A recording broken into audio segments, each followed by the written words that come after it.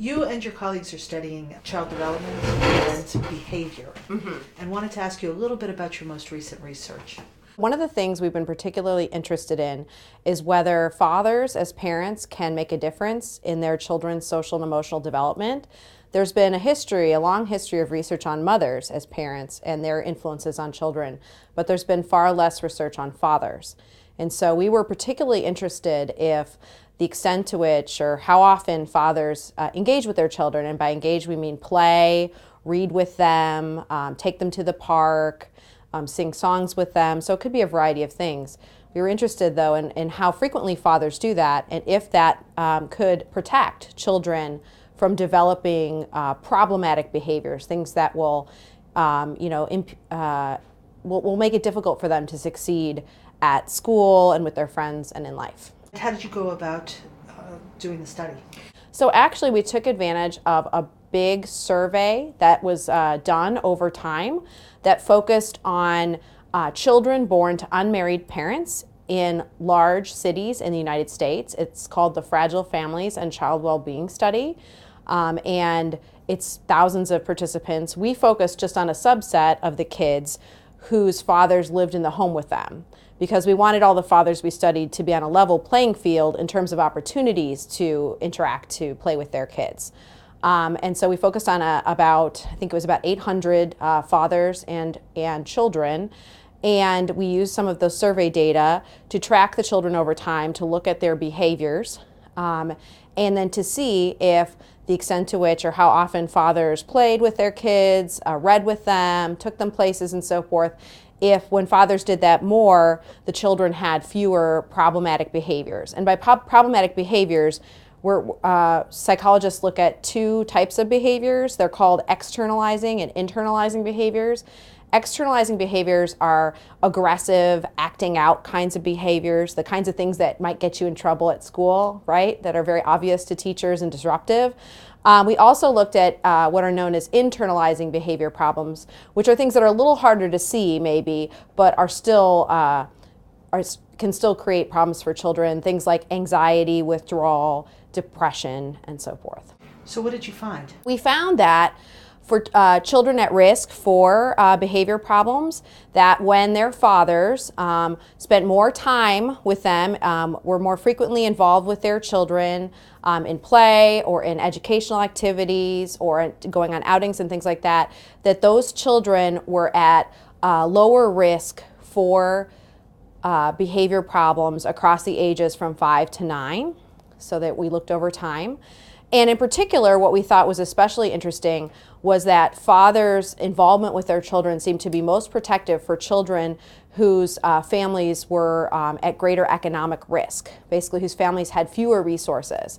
Those kids, and we know from the literature, and is true in this study as well, tend to be unfortunately at greater risk to develop these kinds of behavior problems, but that wasn't the case when their fathers spent more time with them. Were these children at lower risk for externalizing behavior, internalizing behavior? They were actually both, yes. So it seemed like fathers' greater involvement with their children when children were 5 protected those children from both types of behavior problems by age 9. You say they were at lower risk. Do you know how much lower the risk was? We didn't really calculate that per se.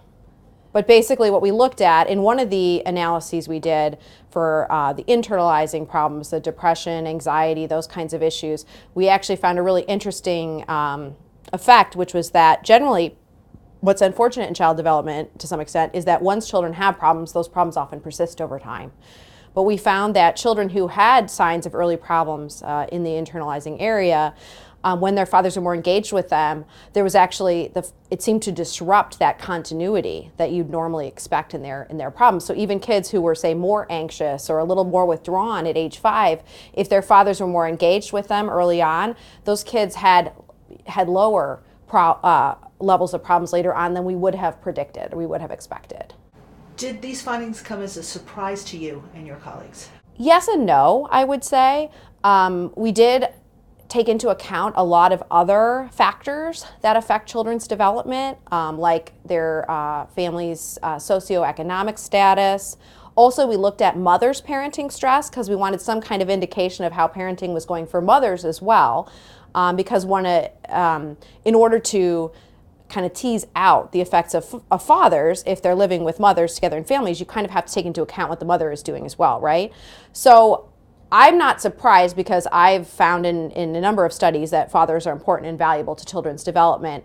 But on purpose, when you're doing this kind of research, you're sort of stacking the deck against yourself, right? And so if we hadn't found it, it could have just been that we were counting for all these other factors that we also know are important. What do these findings suggest? Well, they suggest that, fathers should feel like they matter to their children's development, that they should take opportunities to engage or to interact with children.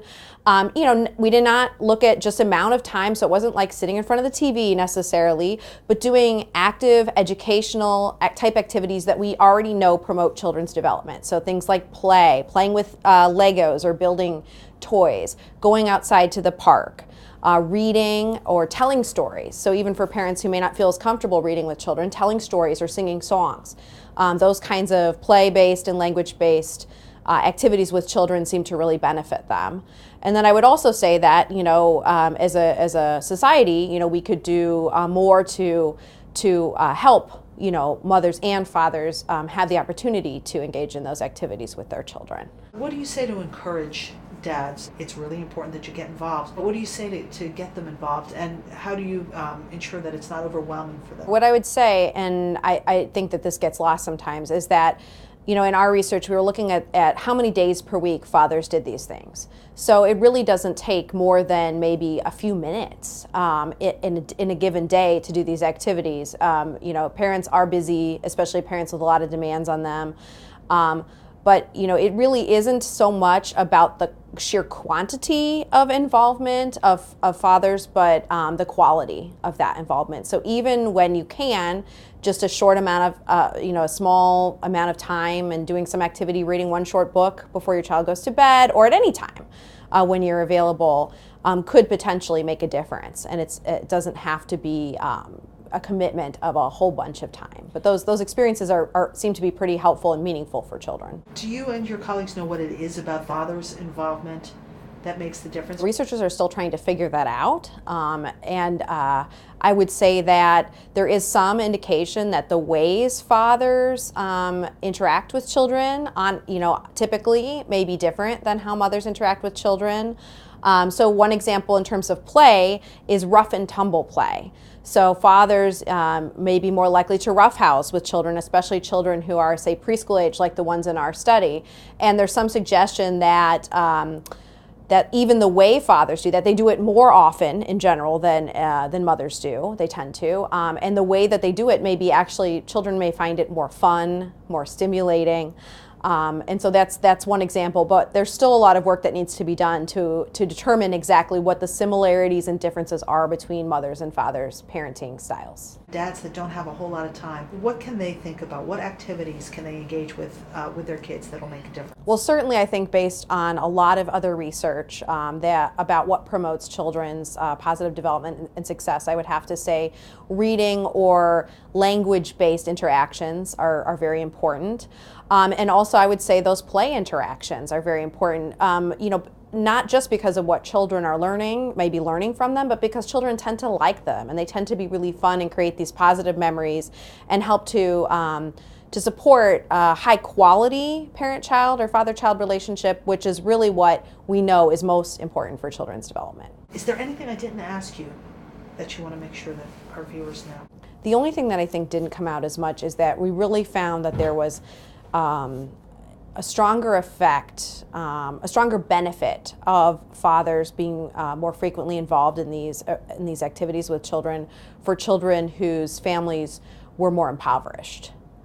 So in general, we found that fathers' involvement is beneficial, but it seemed to be particularly beneficial for protecting from the risk for those behavior problems for children whose families had fewer social and economic resources. If you could tell me where you did your undergraduate studies, master's? I did my undergraduate degree at Northwestern University in Evanston, Illinois in psychology. And then I went on to get a master's and PhD in developmental or child psychology at the University of Illinois at Urbana-Champaign. And then I came to Ohio State, and I've been here ever since.